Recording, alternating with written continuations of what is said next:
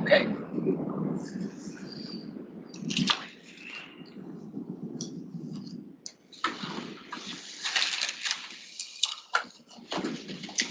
Ready? We're ready. Call the meeting to order, and I want to remind everyone present and online that the meeting is being recorded. Do a roll call. Commissioner Ward, Here. Commissioner McKay, Commissioner Mantulik, Here. Commissioner Neal, Commissioner Robbins, Commissioner Rotan, here, Commissioner Seltzer, Commissioner Thompson, Here. Commissioner Ward. Here. Well, we have 5. You have 5 of 10. We got 5 of 9. 9. So if you needed a quorum, you have a quorum, but you're not going to need one today.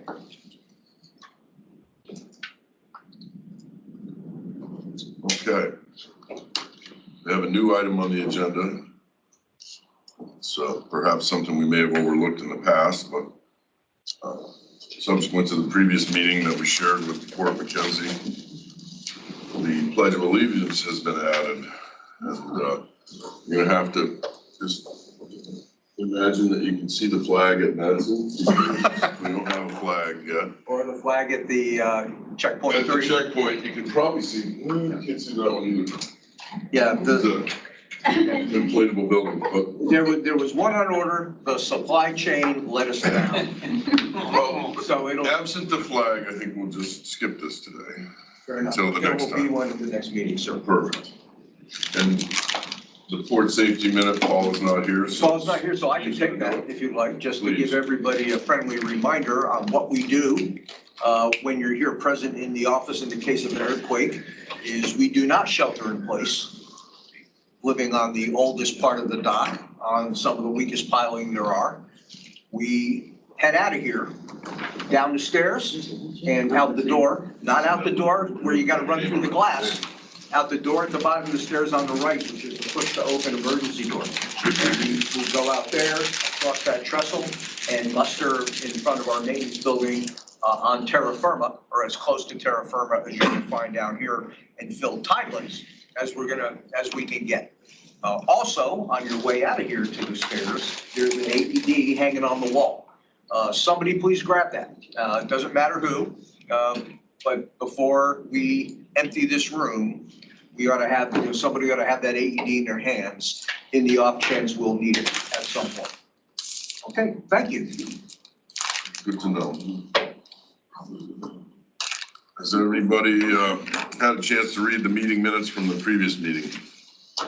But you skipped the approval of the agenda, sir. Oh, I did, didn't I? Yes, you did. Okay. Any additions, edits, or concerns about the agenda?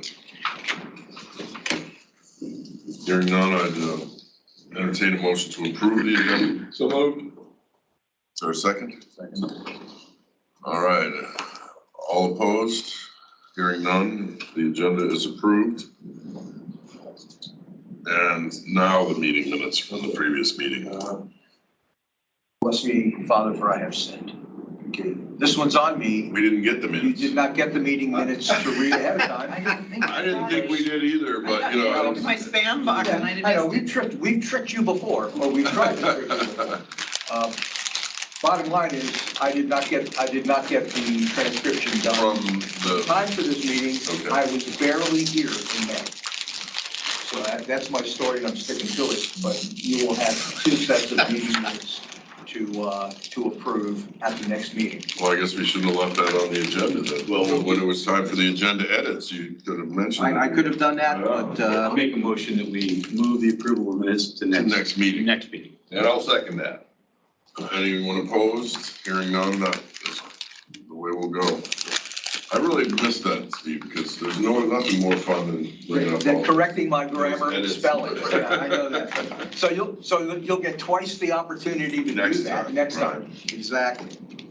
Okay, and we segue into your comments. Okay, I'm gonna keep my comments relatively brief because I know the staff's got a lot to talk about, and David Ames, who I saw, is sitting over there in the corner, has has quite a bit of update on PCT that he can share with us as well. Two things I want to talk about. One of them is a port commission position, Kevin Mackey.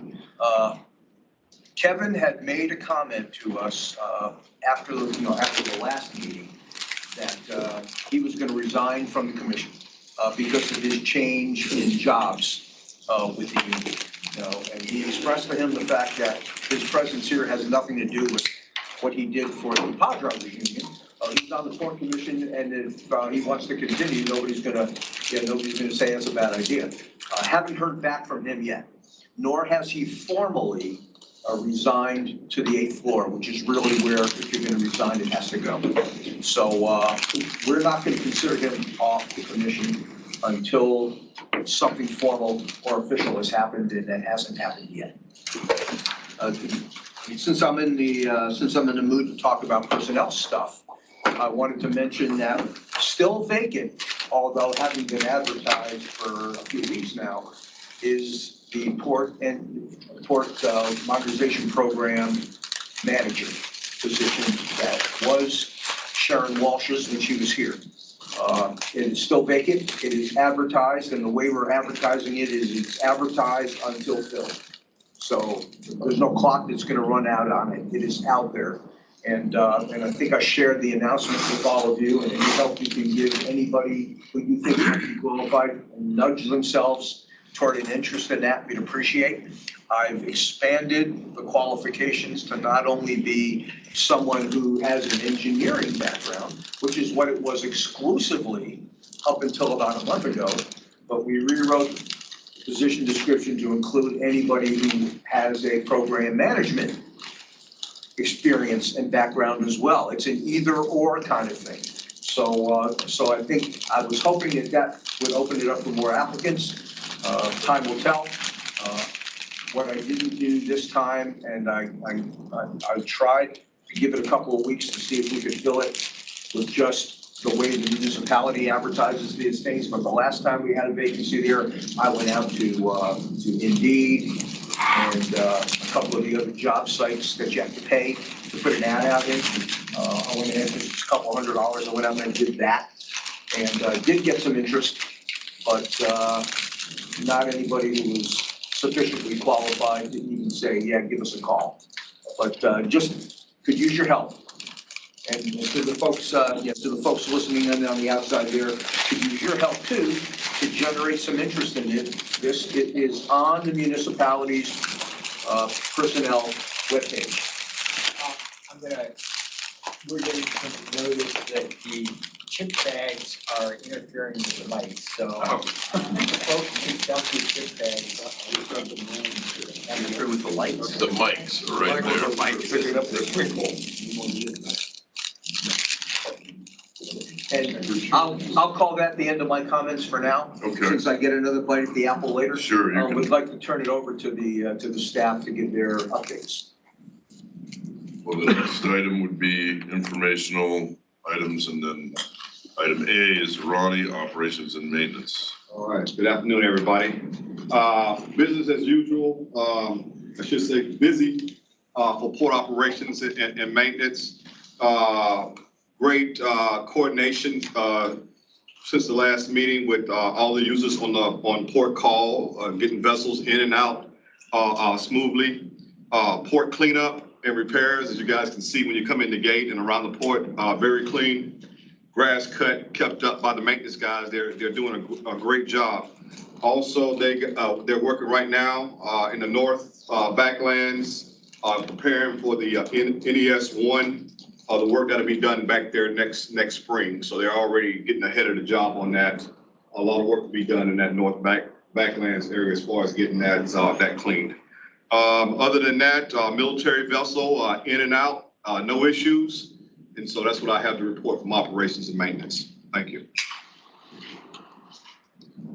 Any questions for Ronnie? Segue into engineering matters, Brian. Nice, thank you. So we've got a couple of construction projects that you guys have seen, Tote, for example, we just replaced 2 of their trestles on 3A and 3B. It went really well, really smooth. There's one other piece, we've got to seal the concrete to make sure that no water or anything gets in that for next year. So that should be done within 2 weeks. So that was very successful. We've got a water line that we're going to put the heat trace in this winter. So to keep potable water from freezing, because it's our fire line and our water line into the stevedore buildings. So just for safety matter, so we're replacing that. Just to look ahead to next year, we've got 2 big storm drain projects going through. As soon as we have the scope all narrowed down and perfect, we'll be sharing that with everybody. So those are our, oh yeah, I was never like to talk about the sand tent. No, I'm kidding. Sand tent is very interesting. We've gone through a couple of iterations of it. We planned to take it apart and put it back together, and then we looked at just buying a whole new sand tent, and then we finally got to it where we were just going to basically unbolt it and lift it up about 2 feet, and we're going to drive it fully erected all the way down to checkpoint 3. So I'll send pictures out. Maybe Jim will take a couple of pictures for PR stuff, but yeah, we're gonna drive it down behind Terminal Road there. So it should be interesting. Is there a day schedule yet? Not yet, we're putting the ITB out on Friday, and after that goes to purchasing, we'll see what the bids come in as, and then award it. So it'll be fun. I've never done one of those, so I'm super interested to see how they're going to move an entire 120-foot building. How was it? It was very challenging. You had to put some structures inside to make sure it didn't. Pending moments? Yes. Yeah. I have pictures if you'd like to see them. We're gonna put a glass of champagne on a table. Inside. Yeah, I just to add one point here too, we could not have even seriously entertained this idea without the cooperation of our friends at NASA.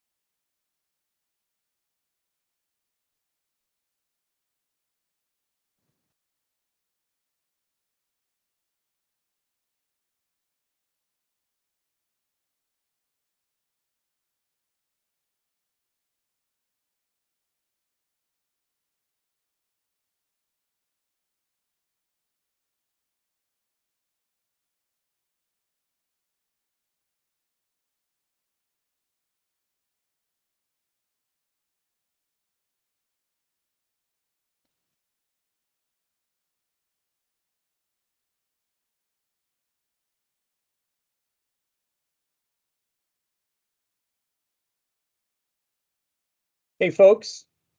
Sorry to interrupt. Casey Sullivan with Marathon. Hey, you guys are on mute somehow. Jim, I think you're on mute for the last probably 2 minutes. Okay, I fixed that. Yes. Sorry to interrupt. Thank you. Thank you for interrupting. Yeah. Thank you, Casey, yes. Do we need to go Can you back? hear us now? Yep. Copy. Yes.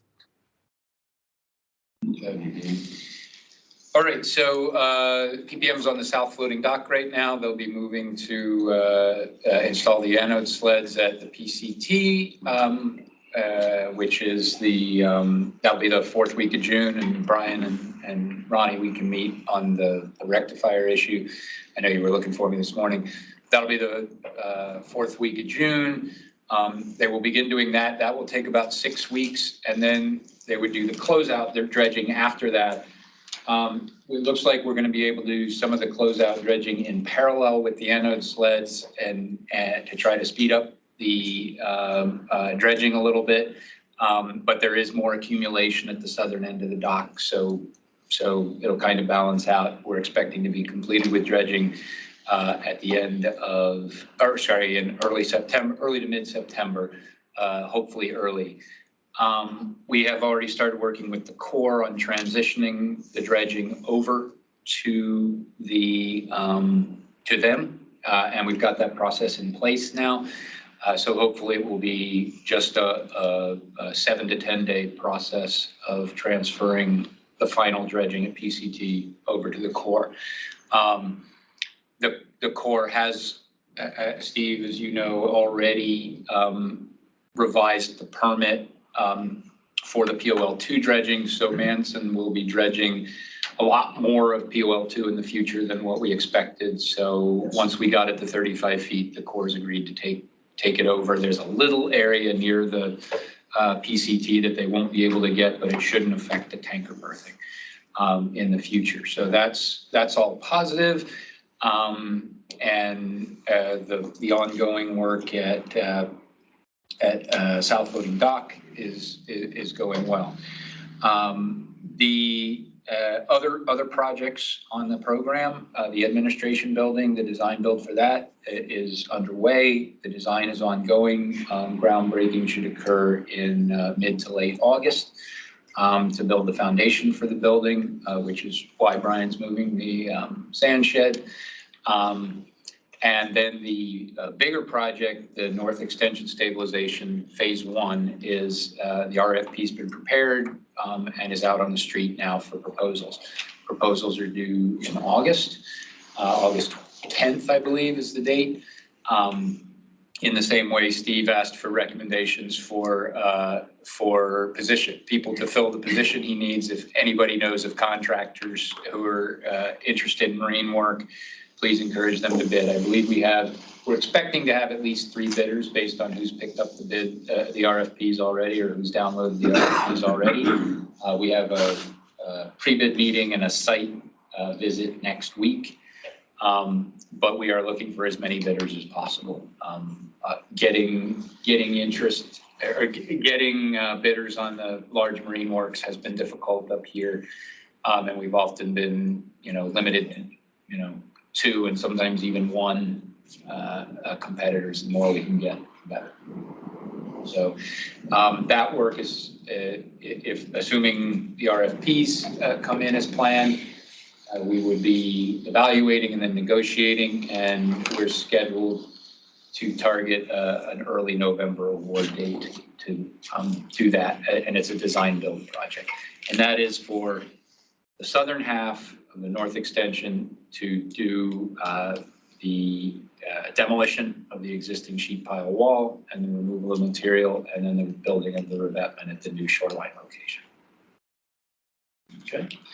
On the design and analysis side, we have 2 capacity studies ongoing. One for the Terminal 1, the crane operated container operation, just to work with Matson to determine areas, the efficiency of the operation, and do some planning with them for design considerations for the new terminal 1. And then we are also doing a petroleum terminal, an evaluation of the petroleum terminal requirements, the berth occupancy requirements, to help with planning for the temporary accommodation of petroleum unloading facilities during construction of the new cargo docks, and then also planning for the future. And just understand those requirements better based on the new projections of fuels and liquids requirements coming over the dock in the near future. We had a kickoff meeting with the fuels users a couple of days ago. So, any questions? I'll ask one, David. Yep. NES 1. Yeah. 2 years to complete? 2 year, well, it's about, let's see, 2 years, 2 full years to complete. Do the landside work, deep soil mixing, the ground improvements for the new revetment area in the first year in 2023, and then the in-water work in 2024. So 2 construction seasons, basically. So the PCT, when will it be available for ships to berth?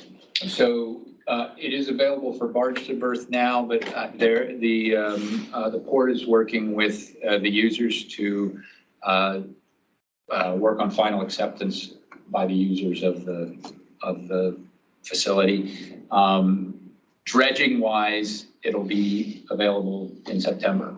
And then presumably, if everything's worked out with the users on them accepting the equipment, then it would be immediately. And we had that pilot training on the lighting, so to speak, or the markers. Range, Yeah, the range finders and what have you, that's been done as well. yes. And I have a report from Safeguard to forward to you that's. No, I haven't. Oh, you do have? Yep, I'm good to go. We all got it. So that's why I'm asking. I can tell the guys that, you know, I mean, obviously the users are going to sign off, but they're going to look for the dredging to be done. Yeah. What was the small spot that shouldn't be an issue that you were saying? Oh, it's not that it shouldn't be an issue. It's just that because there's accumulation, I'll go over here. Because there's accumulation, the fact that we're accelerating the dredging of this, we're still gonna have to go back and do the area in front of the south floating dock. So it's not an issue that's gonna impede the PCT. It's just something that we have to complete before we hand it over. So conceivably, we could be berthing ships there in September. Yeah. Yep.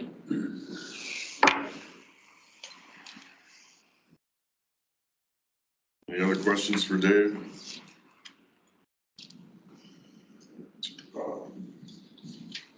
Cheryl, financial matters? Good afternoon, everyone. It's nice to see everyone in person. I hope you've had a chance to look over your financial report. It's fairly straightforward. We don't have anything too exciting. Everything's on target. The revenue streams are right, actually a little bit improved over where we are supposed to be for this time this year. You'll notice, you may notice that the cement wharfage is blank and you have cement, we have a cement total reported below. I just want to point that out so that was a timing issue. The cement ship left at the end of April, and till the billings and all the paperwork came in, it was billed out in May. So we'll see that catch up next time the report is prepared. Everything else, like I said, is pretty well on target. The legal services charges are significantly lower than they have been in years past, and that's of course due to the current situation with the appeal, and the court and the muni are not incurring costs. Other than that, there's not, like I said, not too much anything exciting to report on, but I'm happy to answer any questions.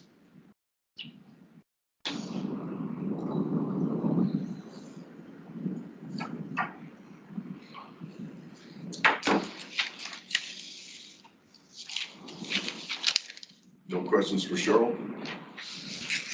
We'll move on to the security and business development. Jim? Well, security and business development, this past couple of months has been more about bake sales. Specifically, it's been grant writing season. So far this year, we have done a $40 million request for congressionally directed spending. For those of you who have not been paying attention to the new language, that's the cool kids' way of saying earmark. So we've got a $40 million request for earmark request for the North Extension stabilization work. We've applied for we've asked for $68.7 million from the Port Infrastructure to Grant. And then, let me come back in my mouth. The Port Infrastructure Development Program, that's a MARAD program. We've asked for 68.7 million from Infra Mega MPDS, which is basically the Department of Transportation grant program that went in, what was that, 2 weeks ago now, David? Yeah, the 16th for PIDP and then 23rd for. Yeah. So these are basically redundant grants. We're not expecting to get all of them, but we've been told to apply for all of them, and the grant reviewers will figure out how to get money to us through some combination of the programs. In process, we're on Monday, we have our port security grant program application due. We're looking for money for an expansion of the security building, for replacing our checkpoint shacks, for some camera lighting and sign upgrades, and for a new emergency road up Track J. So that's all, those grants will be going in on, hopefully on Friday, but it's due on Monday. We're also working on a Defense Communities Infrastructure Program grant. We're partnering up with Chugach Electric to pursue money for our microgrid and the battery. That grant's due in July. Other things that have happened, we now have a memorandum of understanding with Port McKenzie for the Upper Cook Inlet Marine Alliance. That's basically our power plan connected with the port across the way. We have a memorandum of understanding with the Sandia National Laboratory, which is an arm of the Department of Energy to help us with our port power plan. One of the first things they're going to be doing is they are doing some of the cost estimating for our battery grant program, our grant request. We're also getting ready to kick off a port-wide, we're calling it a meter study. It's basically come in and do a study of the current electrical system as it is, because it's really hard to figure out how to fix your problems if you don't know exactly what you have. And so we'll be coming in probably starting in July and doing a really detailed analysis of the exact electrical system we have as it's sort of evolved over the years and nobody's really kept track of it. What else? Oh, and then we're also working with Sandia National Lab and the Department of Energy, working on how we move the Upper Cook Inlet Marine Alliance project forward. Where I think that's going is toward hydrogen development in the hydrogen hub area. And very likely we're going to be partnering up with the airport on that. We're still working on that. More to come. I don't know if anybody's heard the news out of Juneau, or if you haven't heard the news. In Juneau, we had some success. Got $25 million legislative grant for next year, assuming the governor signs it. $75 million for 2024, and then $100 million available for federal matching money. So that federal matching money would presumably go toward to match the money that we've asked Washington for, the grant programs we've already applied for. And that's what we've been doing the last couple of weeks. It's been relatively busy.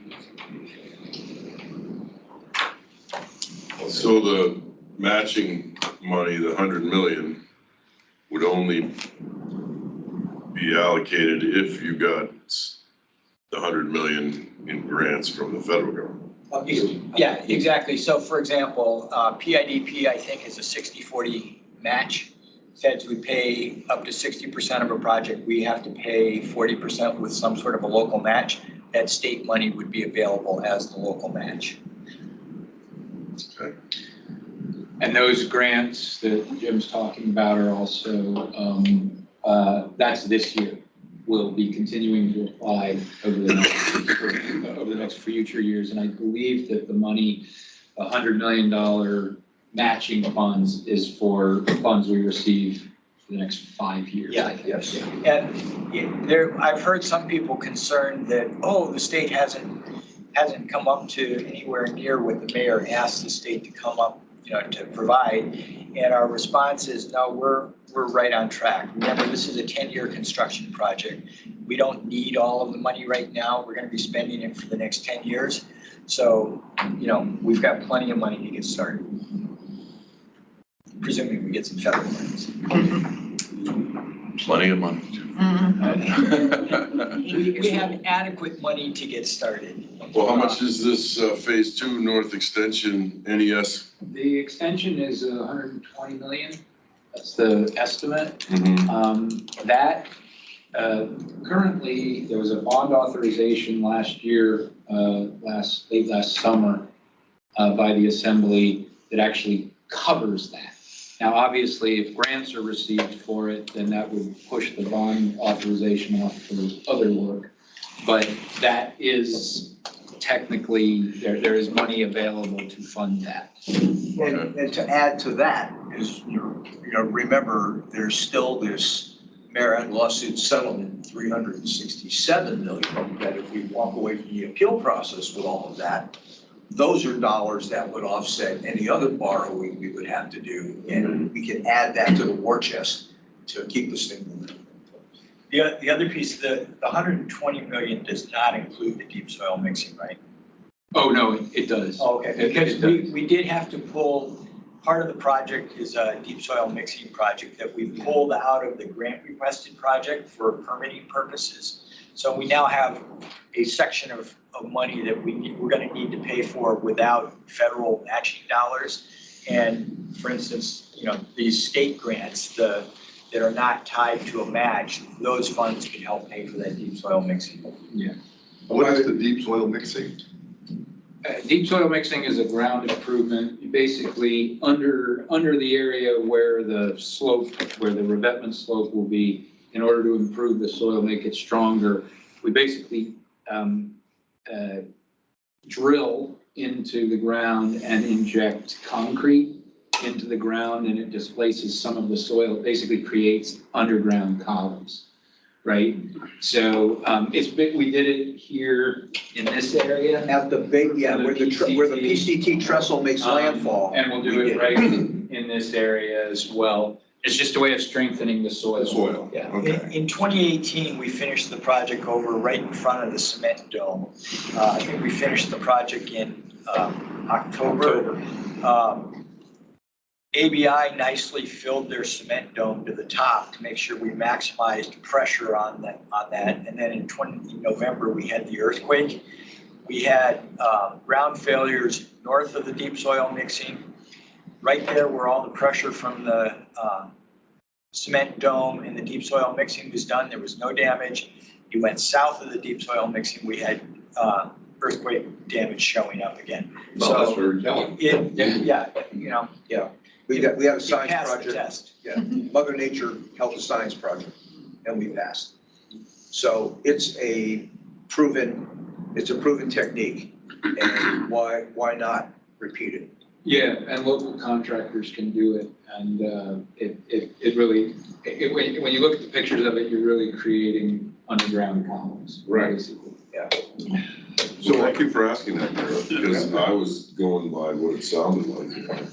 But there's concrete involved, not just soil. Yeah, right. Yeah. Mr. Chairman, Yes. yeah, question, Steve. So you say there's enough money. So there's enough money to continue Yes, at a rate that's in your plan? Yes. In your strategic plan? yes. So that there's no, we don't have to worry about having to stop. No, I mean, it's not cash in a safety deposit box. I understand that. But we have the borrowing authority and we have the potential for grant proceeds to be added in. And we've got the potential for the lawsuit settlement to contribute as well. So for the next few years, we can keep moving. We don't have to stop. Your comfort level I'm is. way comfortable. We don't have 10 years worth of money to finish the whole project. I Yeah, understand But that. we have the funds to proceed for the next few yes. years to stay on schedule. What's happening with the plan of finance then? I'm sorry? The plan of finance? I just told you what it was. Okay, That's it. Basically, we're still pursuing. so we won't be asked to make a tariff recommendation to the. Yes, you will. Oh, Yes, you will. At some point, you're gonna have to do that because once we know for sure that there's certainty that we have to go to the banking industry for some of this, there'll have to be adjustments made to the tariff. But we have been waiting for the CFO's office and the mayor's office to give us the green light to present to you what recommendation is going to be needed for that. So that's an unknown target at this point. Well, yeah, it's probably a known target, it just hasn't seen the light of day yet because it hasn't been blessed for release. Okay. And you're not the only ones that are anxious. We got some folks at the other end of this conversation here who are just as anxious and are waiting for what it's all about as well. Okay. And here, you know, and here's the thing. I'll just wax philosophical for about 30 seconds and then I'll shut up. We need to face the reality that we're not going to get enough free money to build this damn thing. And some amount of it is going to be a requirement to go to the banking world and take out revenue bonds and make happen. Right? It's our job to be as judicious as possible about how much of that we actually have to do, and to not drop the ball when it comes to grants and go into the legislature and asking them to pitch in and on and on and on. So we will do all of that. But the inevitability is some of it is going to, just like it did for the PCT, for the cargo dock, some of it's going to have to come from borrowed dollars that we're going to have to pay back. And once the management, which ain't me, can gives us the green light to start down that road, that we will formally come to you all with what we think the plan needs to be for you to bless and take to the assembly. Thank you. And the backdrop is that, yes, we have been aggressively pursuing federal infrastructure dollars, because I can say that not a week goes by where we don't get a phone call from some politician in Juneau or downtown going, what's this we hear that you don't have any infrastructure dollars? That's true, because they haven't given them out yet. We are very aggressively pursuing them. All right. Anything else for Jim under the security and business development? I think we kind of segued into new business next, Jim, and that's also you, so. Yep, let me tee that up for about 30 seconds and then I'll let Jim do all the intelligent talking on the topic. Draft commission resolution in support of this particular effort here is more of a heads up to all of you that when we have the next port commission meeting, we will have a draft resolution in support of this to present to you for your signing, for your approval and your signing, so that we can take that to the assembly and get some higher level agreement on a part of the municipality on the way ahead that we would like to pursue, which is we want to set a zero emissions target date for this port, just like most other ports in the nation and the world are pursuing. You know, it's not the day after tomorrow. We're not that stupid, but it's not an unreasonable target to set for down the road a piece. And some of the initial prepping the battlefield we've done is the Upper Cookington Marine Alliance and the agreement with the Department of Energy. So all of that will roll into the writing that'll be in this resolution for your approval and signing at the next Port Commission meeting. But I just wanted to let you know that, you know, we're taking the opportunity now to give you a little bit more backstory, so you'll understand what you read when you get the draft. Okay, now I'll shut up. Well, I guess at this point, what we really want to do is start a conversation about having a published goal for when we think Port of Alaska related emissions should equal net zero. And by net zero, that's really port electrification and moving away from using hydrocarbon fuels to power our cargo operations. As Steve said, this is something that's happening nationwide, worldwide. As of January, I think 67 countries and 8 states have already set net zero emission goals. State of Alaska has renewable energy goals under the governor. You know, there are a number of goals. Some of them are calling them net zero goals. Some of them are electrification goals. Some of them are sustainable energy goals. they're all basically different flavors of the same item. We're trying to electrify and reduce our carbon emissions. It's one of the ways that we're addressing climate change. It's also a way of reducing or stabilizing energy costs.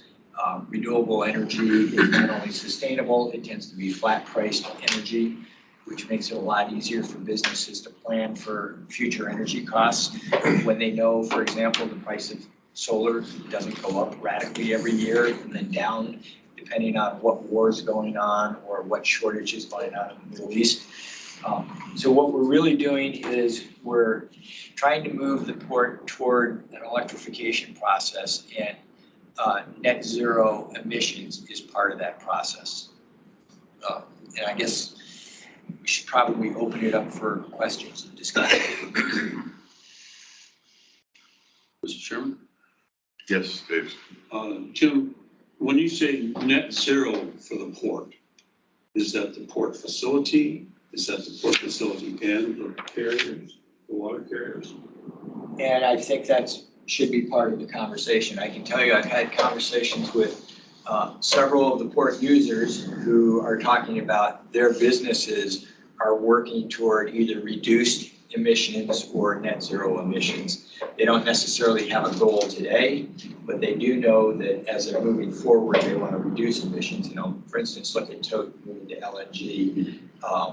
So the International Maritime Organization has carbon emission goals and regulations on the books for deep sea carriers.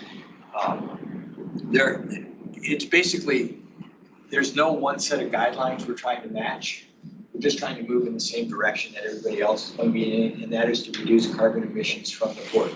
So it would ultimately be both the port and the port users and the port users. And, you know, we can do this in a very phased and economically reasonable fashion.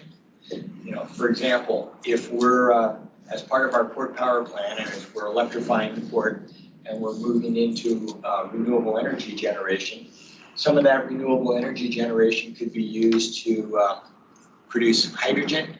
We could use that hydrogen in a very small local level here to do things like power the hostlers or the forklifts. You know, so you don't have to sort of make the whole port convert. You convert a little bit of the port as the older diesel equipment is wearing out. You replace it with hydrogen equipment. You do it in a manner that you can, basically you produce enough hydrogen to meet a business need today, but then you make it so that it's a scalable program. And as the market demand goes up, oh, now the airport wants to join because they're under a lot of the same mandates that we're under for federal grants. Well, we can provide the hydrogen for their equipment. Or as Chugach Electric is using natural gas to produce electricity, you can start putting hydrogen, basically you mix the hydrogen in with the natural gas to have an enhanced burn for electric production state or region-wide. Or as aviation fuels switch over to hydrogen, you start producing extra hydrogen that you can sell at the airport to carriers. You don't do it all at once. You phase it up as the business need presents itself. Kind of like EVs. Sort of. You know, there's a big debate here with nationwide, ports are moving away from diesel-powered hostlers. And in a lot of places, they're going to electric. There's a lot of concern whether electric is the appropriate technology up here in our climate. Hydrogen seems to like the cold, and it's a relatively easy change. Now, hydrogen, I put my tongue back in my mouth, sorry. Hydrogen is, you know, you can burn hydrogen as a fuel. You can also use it as a fuel cell. So there are multiple ways you can use hydrogen. You're not locking yourself into one technology. And since all these technologies are still emerging, I think that's a good strategy for us, is to walk before we run and keep ourselves flexible. So as the market determines what the best route is, we can easily adjust and follow that market. We're not leading the market, but we're closer to the front end than the back end so that we won't fall off the back. So a reasonable plan to me. Garrett? The question I have is, at least with my limited understanding of energy, sustainability and renewability, there's oftentimes a major capital cost. I mean, you just don't generate hydrogen out of nothing. It takes a lot of capital expenditures, and I guess the question in my mind is, as we're talking about these hundreds of millions of dollars for the port modernization, how does that conflict or potentially conflict with this whole idea of becoming a little more carbon free? Or does it? Because it's, in my mind, if you're competing dollars from A to B, we gotta fix the port as a priority. And I get it, we all wanna get to zero emissions, but when does that fall into the stack of priorities, and how do we sort of prioritize all that? Or is that something for the city hall 8th-floor guys to figure out which they want to do first? Well, so far, we've been very successful in not having any competition for funds. You know, one of our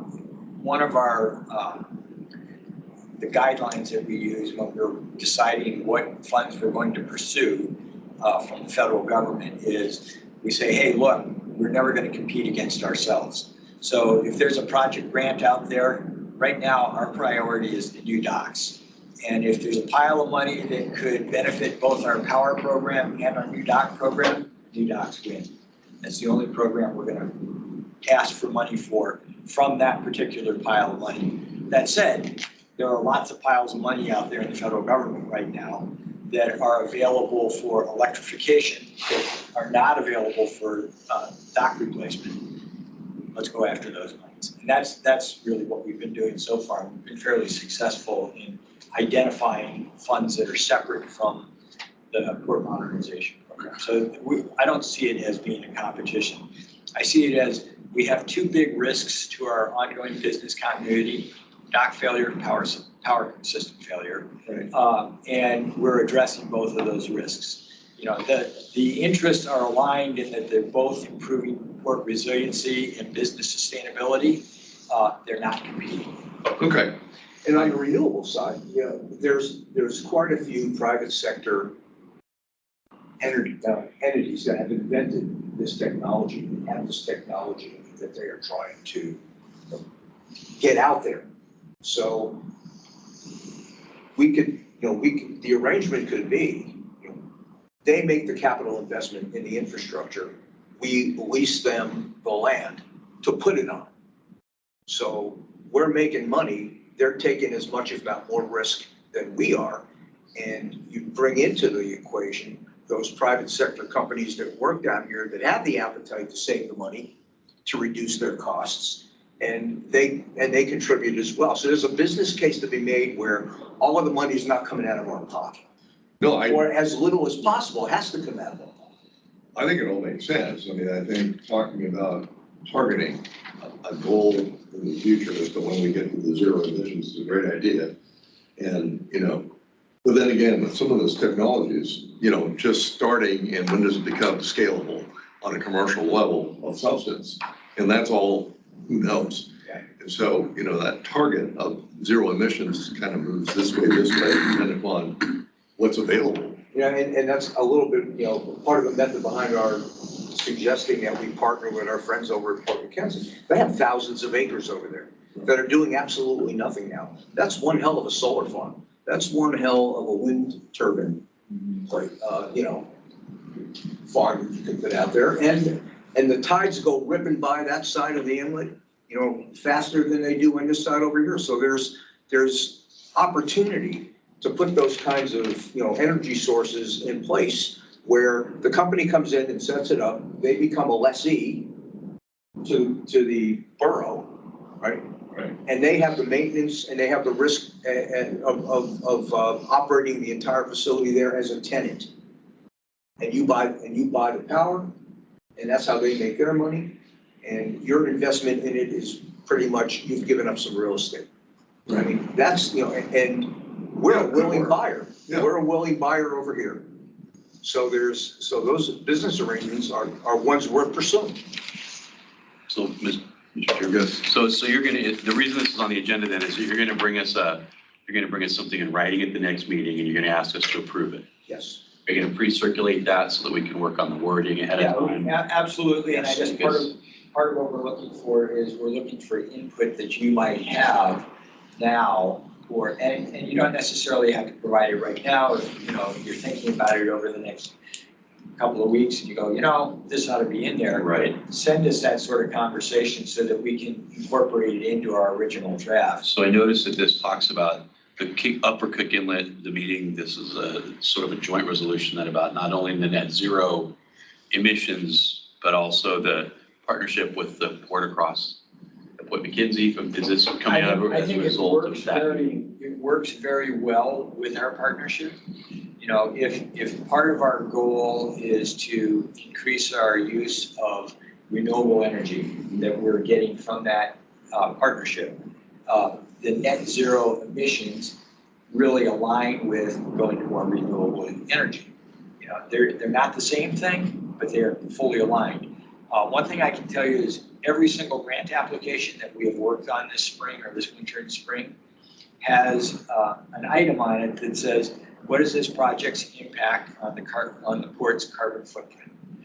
And that's the North Extension Stabilization Program. Pretty much anything is asking that question. Sure, because that's the focus, I understand. And by having the Port Commission have a stated goal of net zero emissions, we get to set ourselves up. You shouldn't even go after it if you don't have a stated goal. You gotta have a goal, right? Right. I think that makes a lot of sense. So this isn't, my question really was related to, I was traveling and we had a joint meeting. Yeah. And so is this resolution an action that kind of came out of that joint meeting where you guys decided, I'm trying to figure out if there's a relationship between that joint meeting and this resolution, I guess, as well. I don't think it grew out of that meeting, but it's aligned with what we're working on from that meeting. Okay. And part of the solution for getting to that net zero carbon emissions is to capitalize on the partnership that we have with the Madison Borough to be the source of the renewable piece of the energy. Right, but the point of that, so by the way, is there a recording of that meeting somewhere that you guys recorded so that I can watch it? I think they recorded it, Mike. I'd like to be able to see it and hear what happened at the meeting. Since I was traveling, I couldn't attend, but if that's available, maybe you could send us out the link. Well, when you get the minutes here pretty soon. Yeah. Well, we'll get the minutes from that meeting. Yeah. Minutes from last week, right? No, we'll get the minutes. That's the minutes, those are the minutes we're talking about. We'll get the minutes. Let me take an This is last month's board meeting. I'll take an action to see if we can track down the joint Port Commission meeting. That would be awesome. I'd love to see this. That And was if there's a there. recording, I'd love So to they see, let's listen to the recording too and watch the Zoom if there's a Zoom, see their faces. So I've got a question or concern as well. So we've got a target date of 2035 for zero emissions, but. We don't have a target. Right. No. But what we're suggesting is achieving net zero carbon by 2035.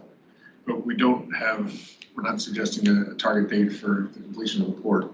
My concern is the net zero takes over as. No, you don't worry about us getting our priorities screwed up. So don't worry about that. But we've got a target, you're suggesting a target date for one, but not, there's no target. And I think that is not so much a suggestion as a first number to start on. And if you come back and tell us, oh no, we think for whatever reason it should be 2040 or 2045 or whatever the appropriate date. I think Steve wanted to put a date down to let folks know that this isn't just an aspirational goal. We want to have a little bit of some teeth to this goal. And 35 sounds like a long time away, but it's 13 years. Oh, yeah. Not that far. It sounds far these areas. Well, shit, we were supposed to be cutting a ribbon on the new port of Alaska in 2013. Yeah. How's that working for us? Right, yeah, no, That's why I think having a that's my concern. target date for that. Yeah, I appreciate that. It's our concern too. And that should absolutely be part of the conversation. I mean, at some point, we need to open it up to port users and, whether they're talking to you or talking to us about what the interests are and their interests are in zero emissions or their concerns are in the zero emissions goal. Because clearly it will involve their businesses also. Are they presenting a similar type of a resolution to their commission? No. To- No, they're not. So this isn't something. This is all about us. Okay. It's all about Yeah, us. As I said, this is completely separate from the Upper Cook Inlet Marine Alliance, but at some level it aligns with what we're working toward with the Upper Cook Inlet. Yeah, because it can't be really separate since it says inlet marine energy. You mentioned them in there by name, so it's not really separate. It's a part of that. Well, and again, I invented the date, I invented the name. Okay. So if we want to play, if we want to play with that, there's no pride in authorship. Part of where the Upper Cook Inlet came there, it's a separate Upper Cook Inlet in that there is an initiative right now, you may have heard that, I guess it was last week, they announced the hydrogen hubs, that they're trying to establish some nationwide hydrogen hubs. And there's a group of interests that the port is part of the group that is looking to have an Upper Cook Inlet hydrogen hub. Very good. Whether or not we'll ever become one, that's another question. Just because we're not a designated federal hydrogen hub, doesn't mean it's not a good business idea. And that there aren't a group of businesses, for example, the airport and the port, that have an alignment of interest in moving. In fact, I think if you took out the whole reference to the Upper Brook Inlet Marine Energy Alliance in there, it still reflects what we are looking for with respect to your support. Right, so you really, yeah. We already put out makes a it much resolution clearer. we put out a resolution last meeting in support of the Cook Inlet Marine Of us Energy. signing on to create Right, one. but not, Yeah. yeah, And but that, not, that's why I was So wondering. let's keep them separate, yeah. absolutely. Okay, fair enough. And our MOU with Port McKenzie is now in place, so. Oh, it is. Yes. Yeah. They have signed and we have signed, We have signed it. right. What do we say, a copy of that? Yes. We'll send that out. That'd be a good I idea. will post it online with materials from this meeting also. Okay, excellent. Thanks, Jim. And I can also post the MOU we have with Sandia National Lab. Excellent. So- So that's if I read, the more I understand, because I'm not a port guy, I really am not, so the more you give me, the better. You're suggesting to remove Upper Cook Inlet Marine. Yeah, I mean, you guys. Yeah, just call it the draft resolution. Yeah, you- support of- this is of coming Support of from you the guys. Port of We're gonna Alaska go Power ahead Plan and and the, or just Port the of Alaska Power Plan and goal of achieving net zero, that's really what they're looking for. net zero carbon emissions, and let's just take the date right out. Why do we even have it? Well, that's that's gotta bring it have- back. It should What do you be- mean? You gotta have a date, gotta have a You have to target. have a date. I think you gotta have a target. Otherwise, it's just a statement, it's like, go clean your room. Well, no, go clean your room now. Yeah. About 6 months after. Yeah. Or- Well, yeah, you didn't tell me when to clean it by. But then do we have a date for the goal for the end of the renovations? on the Hell port? no, Like, that's the there you point. see, that's the point. exactly. Which is Well, actually I mean, the plan is to complete phase 5 by 2035. Okay, there you go. That's a goal. We have less control over that than we will have over this. Sure. At least you have a goal in 2035. That's a goal. Like you said, it's only 13 years. It's only 13 years away. It's not very long, huh? Well, I suspect that the conversion to renewable energy is being accelerated by events in Ukraine right now. And just because the war is going on in Europe doesn't mean that we're not going to feel the impacts of that. We're talking about hydrogen being, before the war, they were talking about hydrogen being economically viable in 2030. Post-war, with the energy sanctions against Russia, that date's going to move up. How much, I don't know, but it's going to move up.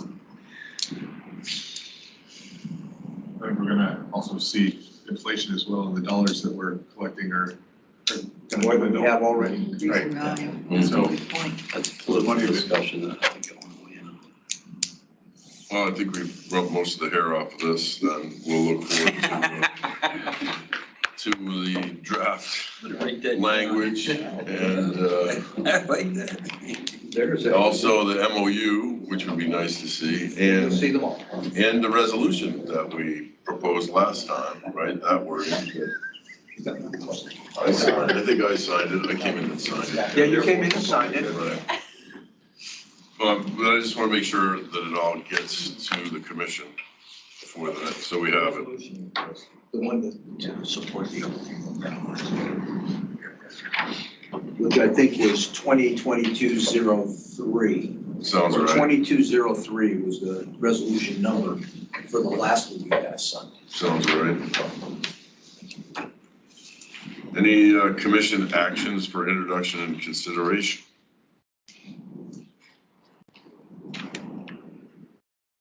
That means before, yeah. I mean, before this it is goes- really all we're talking about right now. Yes. So we get some information from the Muni on the plan of finance. Did anybody sign up for public comment? Diane? No. Okay. You have 30 seconds, Steve, for your closing comments. That's a goal too, right? Just kidding. We're gonna put numbers on it. This was supposed to be the week that the USS Anchorage was making its port call. Right. It's obviously not here. The Navy, about two and a half weeks ago, Navy pulled the plug on it for cost considerations. So I've been keeping touch with the ship and the crew. They're disappointed, but and I know this captain is trying to figure out a way to make it happen anyhow, sooner rather than later. So if anything changes, I will let you know. Sure. But they're not here now, unfortunately. That's why the visit's off. And that's probably used about 48 seconds. I don't think we were over. That was good. You're done? I'm done though. Any, let's go around the horn for the commissioners. Garrett, anything you'd like to comment on? No, we covered everything I wanted to get some clarity on, so thank you. Peggy? I'd like to see Chris? a resolution for a date for finish on this. I think that would be a nice idea. I mean, I feel the same way, but we're kind of in limbo until we hear from the Muni on the plan of finance. You know, we can, how does it go? I mean, we can make up a date, right? Hope in one hand and wish in the other, all this grant money. And I have to congratulate everybody on the port staff for the amount of money they've been able to bring in. But when it came down to it on the PCT, we had to put forward a resolution to the assembly that said we were gonna have to raise the tariff so that we could build it. And a lot of people didn't like it, but we were able to get it through and now we have a dock, almost.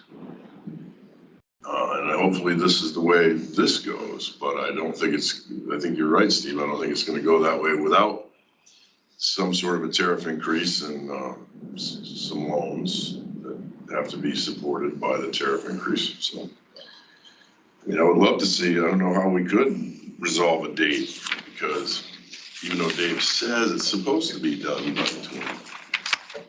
This has been going on We can give you all the. since engineering. 2004, right? I have an opinion about that, but I'll keep it to myself. Okay. I like my job. Dave's, Just good discussion, Mr. Chairman. Mike, anything? No, just remember that I'm not a port guy, so the more you can use small words really helps me. Would it help if we swore more? You would, I totally understand that. Then I would have to lead that discussion. As a sailor in the room, Yes. the expletives would be forthcoming. Yeah, I'm sort of a sailor in training. I agree with Chris on this as well, and I would love to see more information come down from the Muni on what their plan is. What happened to the 168 million for the Upper Cook Inlet ports? Did that ever go into the budget? No, that was going to be money in the GO bond, and there was no GO bond. Okay, all right. And we'd like to think that we headed off at the pass a little bit. The whole point of the governor putting that in there in the first place, by making this alliance with the Matsu Borough, giving him the impression that, there's a level of cooperation we can, as adults, we can take on ourselves. And we don't need him to, throw something out there to incentivize us to do it. Right. Okay, well, more to follow, and as always, I would just implore port staff to try to get us these things ahead of time as often as possible. And anything that comes down the pike on the plan of finance, we definitely want to see earlier rather than later. So that when there is public comment and discourse, that we can be educated enough to respond appropriately. Meeting schedule, next meeting, August sometime, is that what we're looking at? I will tell you now, I'll only be here the first part of August, from 16 to 31, I'm not here. Don't let that drive your decision. Well, there's no assistant port director anymore, right? But there's enough adults in the room who can carry the water in my absence. Are you here the 10th? I am. I would propose the 10th because I actually don't have a cruise ship that day. I will be back. Does the 10th work for anybody else? Yeah, it works for me. 10th. It doesn't work for me, but that's all right. I'll try to attend. Well, if you like, yeah, Teams or something, okay. I think the third, you there's something else on the third. There's the AEDC economic update meeting. That's August 3rd. That's August 3rd. That's August 3rd, Yeah. That's what we're talking about. Yeah. So we're missing that. That's definitely not a day to do it then. No. So the Well- 10th is the only day the only Wednesday that works, right?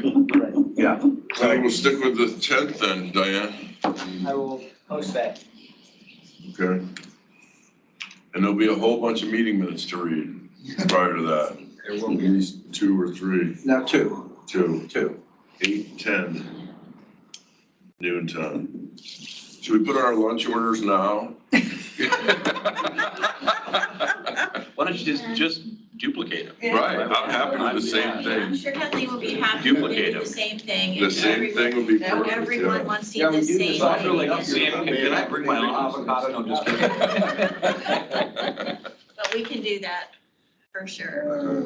It's still, If or you you can leave change your your empty order. box next to your name, then we'll just make sure we reorder. It has our name on it. Yeah. Oh, your name is on it? Yeah, we don't. Oh, Kathleen is on this, I'll tell you. Yeah. what the hell was I thinking? I owe Kathleen an apology. I would entertain a motion to adjourn in order to, Second. all right. Okay. All in favor? Aye. See you next time. Brian. And Steve, I'm less concerned about the minutes as